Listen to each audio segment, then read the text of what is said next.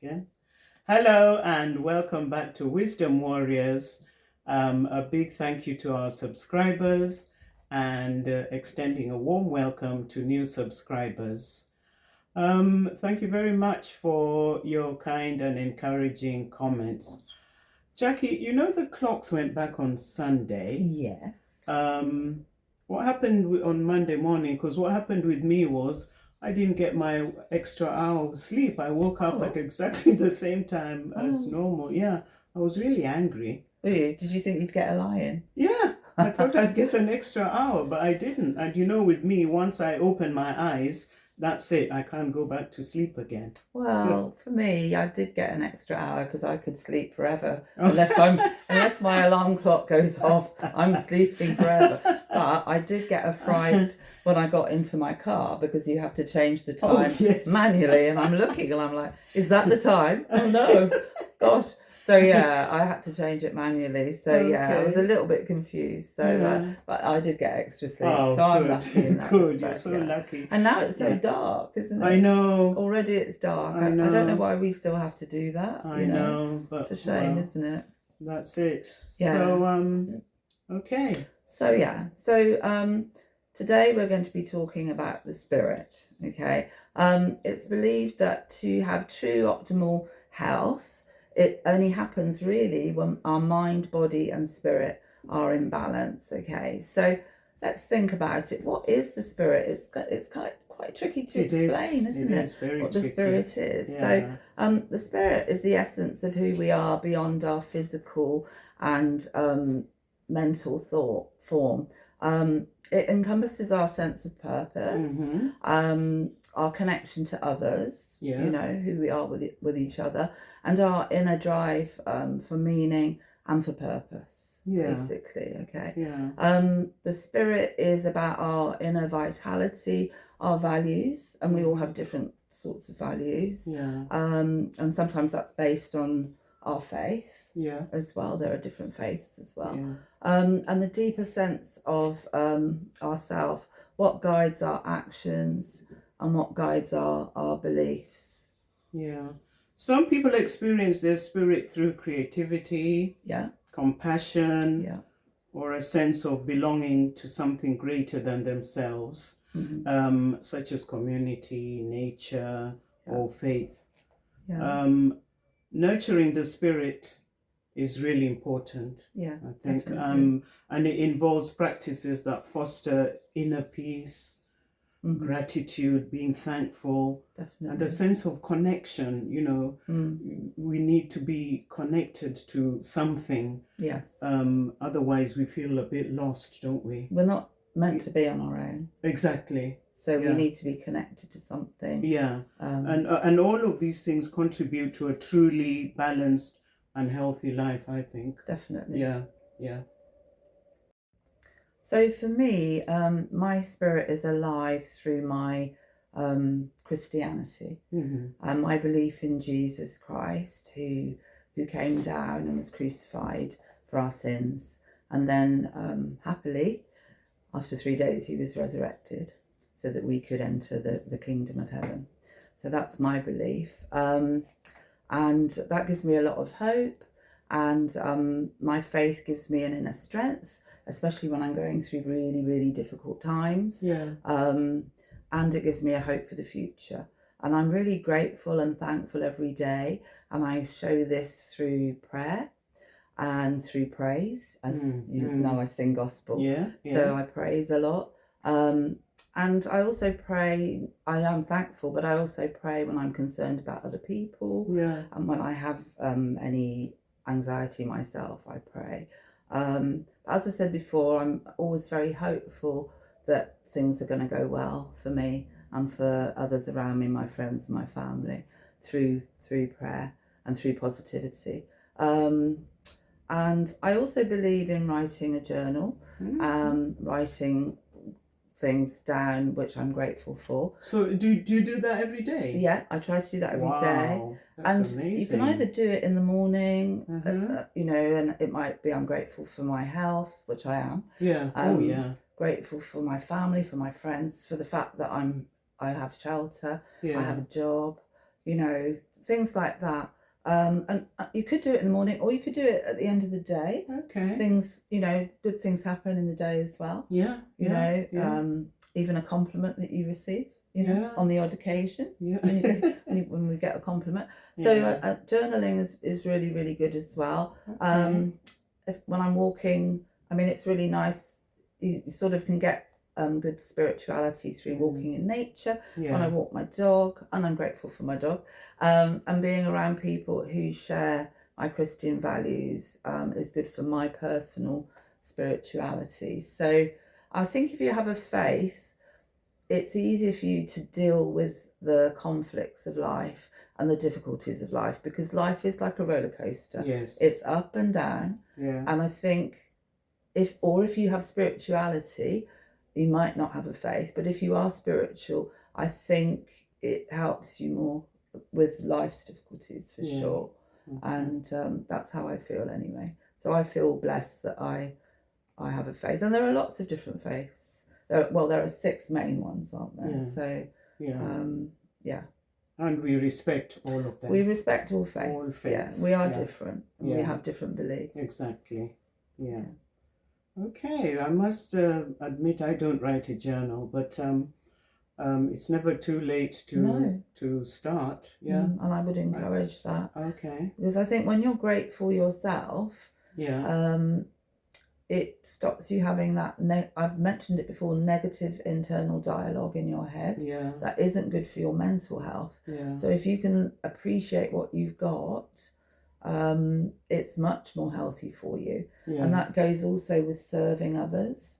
True, so if you help other people who aren't so well off as you, then that also makes you feel better. Yeah. Because there's always someone who is worse off than you. Oh yeah. However you feel about your situation, there's always someone. I mean, look at the people in Jamaica now. I know. And Cuba. They've just suffered a terrible hurricane.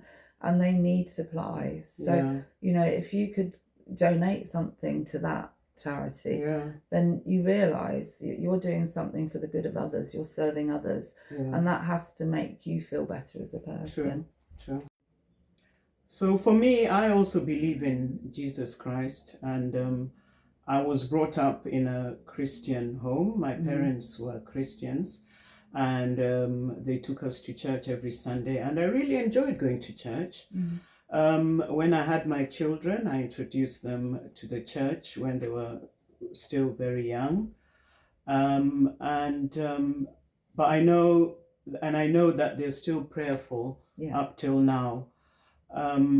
Personally, I pray a lot, and I have different types of prayers. The first thing I do in the morning is I thank God for the gift of life.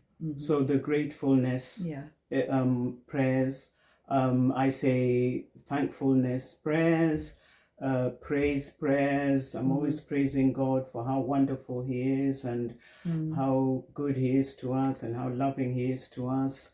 I have asking prayers, and when God, because I believe that God answers our prayers. Oh yeah, definitely. So when my prayers are answered, I thank God. So thankfulness, and forgiveness as well. Yes. So that's important. Fortunately, there are not many of those. But there are times when I do ask God to forgive me for something. You have to own up to our mistakes, don't we? We do. So so I do forgiveness prayers. I pray for myself. I pray for my family. I pray for my relatives. I pray for friends, and I pray for friends' relatives when they're ill. Because I believe that extending my kindness and my thoughtfulness as far as possible gives me a purpose in life. I feel that I am reaching out and not just thinking about myself and my family, but my relatives, my friends, and their relatives as well. So I make it go as far reaching as possible. I do a lot of praying actually when I'm walking. I told you that a few weeks ago, and Yes. you found that quite interesting. Yeah, I always, as soon as I start walking, I start with a song. Okay. Always, and that song is it's a Swahili song, and it's called Asante Sana Yesu. Don't ask me to sing today, Jackie, please. I won't ask you today. So Asante Sana Yesu, which literally means is it thank you something? Yes. Oh yes. Oh, you know, of course, you know a bit of Kiswahili, don't you? Yeah. Because you lived in Uganda. That's right. Yeah, Asante means thank you. So Asante Sana Yesu means thank you, Jesus. So I sing that in Swahili, and I sing it in English as well, and then I start my prayers. And as I mentioned, all those things that I've mentioned, they're part of my prayer. This is when I'm walking on my own, obviously. If I'm walking in the company of other people, then it's different, because that's the time to socialize, isn't it? But prayer is really powerful, isn't it? It is so powerful. You know, and actually the more people that do it, the more powerful it is. I know. The thing though, when we ask for things, God doesn't always give it to us when we want it. Exactly. His timing is different from ours. Yes, God's time is the best. Yes, exactly. So sometimes you have to wait and wait and wait, and eventually it does happen. Yeah. But it is powerful. So it is very powerful. And and I do a lot of soul searching and reflection. I find it really a good time to do a lot of reflection as well. So yes, I do believe in prayer, and I believe that God answers our prayers. So I find praying very, very useful in my life. It's a big part of my life. Yeah. Well, I pray when I'm in the car, actually. You pray when you're walking. As soon as I get in the car, I'm like... You know, it might seem strange to do it then, but actually you can pray anywhere. It doesn't matter where you are. Anywhere. You know, you're actually having a conversation with God. Exactly. And you're talking to God. Yeah. He wants a relationship with you. Exactly. He wants you to talk to him. Yeah. So we've talked a lot about our faith, our Christianity today, but there are ways of being spiritual even if you don't have a faith. And I'm going to run through a list of things that I have here. And obviously you can send in questions as well if you want to. Okay, so firstly, looking at mental and emotional practices, there's meditation and mindfulness. And these can create a sense of calm and provide an opportunity for self-reflection. So meditating and being mindful, you're sitting in a quiet place, and you're trying to block out really the world and being in your own self. And that's, at first, I believe that's quite hard to do. But eventually you get much better at it. There are books that you can buy on meditation and mindfulness. So that I would recommend, and that's really good for your mental health. I've got prayer on my list, and we've talked a lot about prayer. So obviously that's easier if you've got a faith to do. I won't go into that anymore because we've talked a lot about prayer today. Forgiveness. Now, forgiveness is a really difficult thing to do if someone's hurt you specifically, but actually forgiveness does you more harm than the person that you cannot forgive. What do you mean by that, Jackie? Because it stays with you, inside you, the bitterness, the way you feel about someone. It damages you more because it sits with you. It doesn't sit with that person that you can't forgive them. So it's you can't heal if you can't forgive someone. So once you've forgiven somebody for whatever they've done, and why hold on to it really? Then you feel much lighter. Yeah, so it's holding a grudge is very negative. It's not good for you. It's not good for you. It's not good for you physically. It's not good for you mentally. Right. So if you can move forward and forgive that person, and there are people that have done this in the world, and they actually go around and they talk.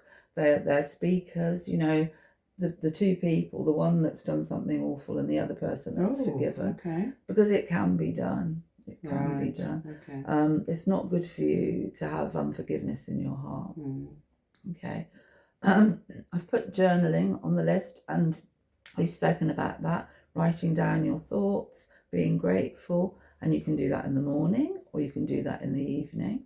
Putting all your thoughts down on paper is also helpful for you generally, what you're thinking. It also releases things that are playing on your mind. If you write them down, you feel much better about yourself. Practicing gratitude, we've also mentioned, haven't we, in our journaling.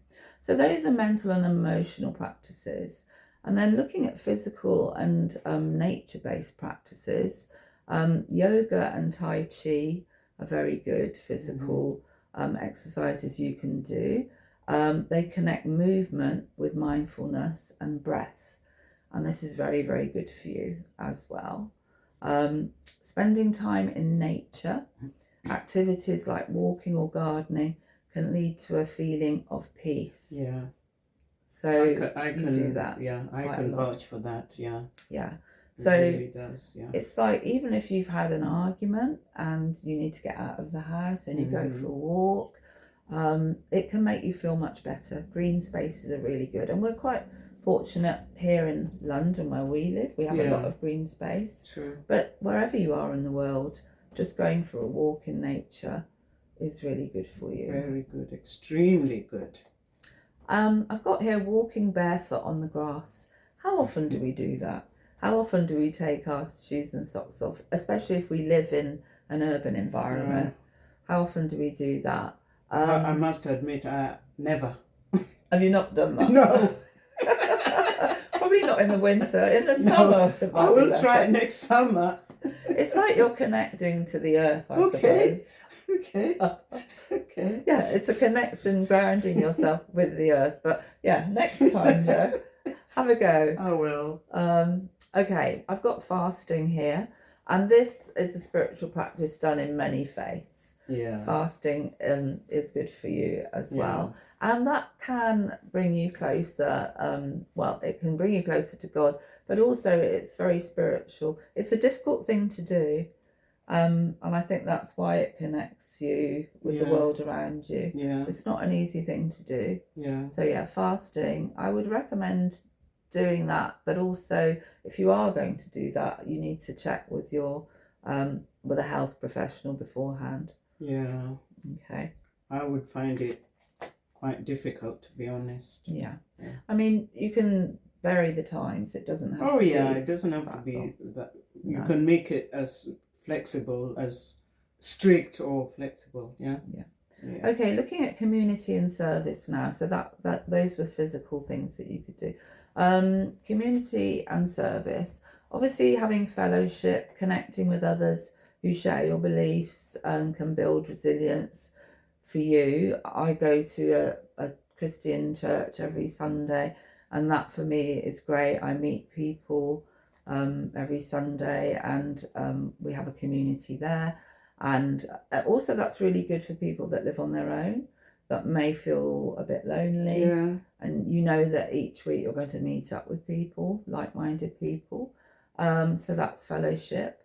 And that could be anywhere. It doesn't have to be a church. You could be doing a particular class every week, and you meet with people there as well. So fellowship is important. Serving others, using your health to help others is considered a way to build spiritual health as well. And that could be helping, that could be volunteering in a charity shop. Which I'm planning to do, by the way. Yes.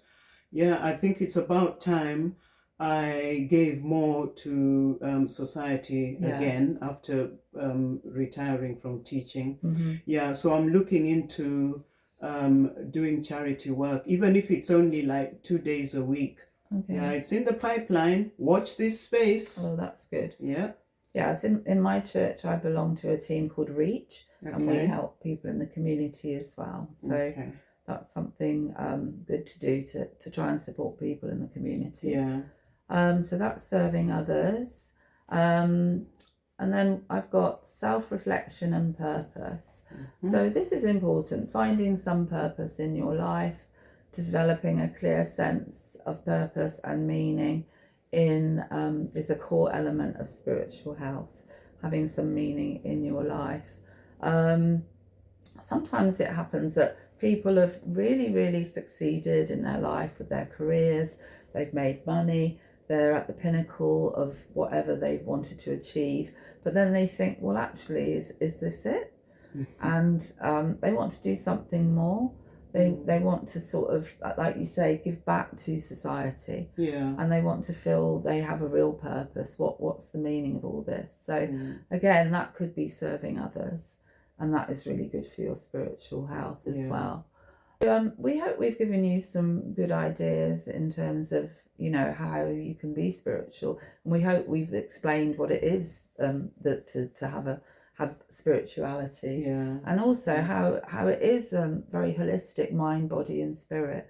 How it's good to have each part, you know, having a balance with all three. Because, you know, that's how we can be truly healthy. Exactly. To have a balance with all three. That's true. So I have a quote here from the Pride of Britain Awards, which I watched last week, which makes me cry virtually all the way through. It was very emotional. So emotional. It really, really was. Yeah. And this quote, I thought, oh, this is ideal. It was someone who runs a gym, and he helps everyone in the community, especially those who are disabled, and he just wants to get them to achieve the smallest thing, really. And he said, strength isn't about the size of your biceps, it's about having an unbreakable spirit. And I think, it's just the feeling that despite everything that's happening in my life, I'm still going to be resilient. I'm still going to carry on. You know, you can knock me down, but I'm still going to get up, and I'm going to carry on with my life and do the best that I can do. That's a really good quote. Well, we hope you have enjoyed our video and that you will find our chat useful. And until our next video, we will say bye. Bye.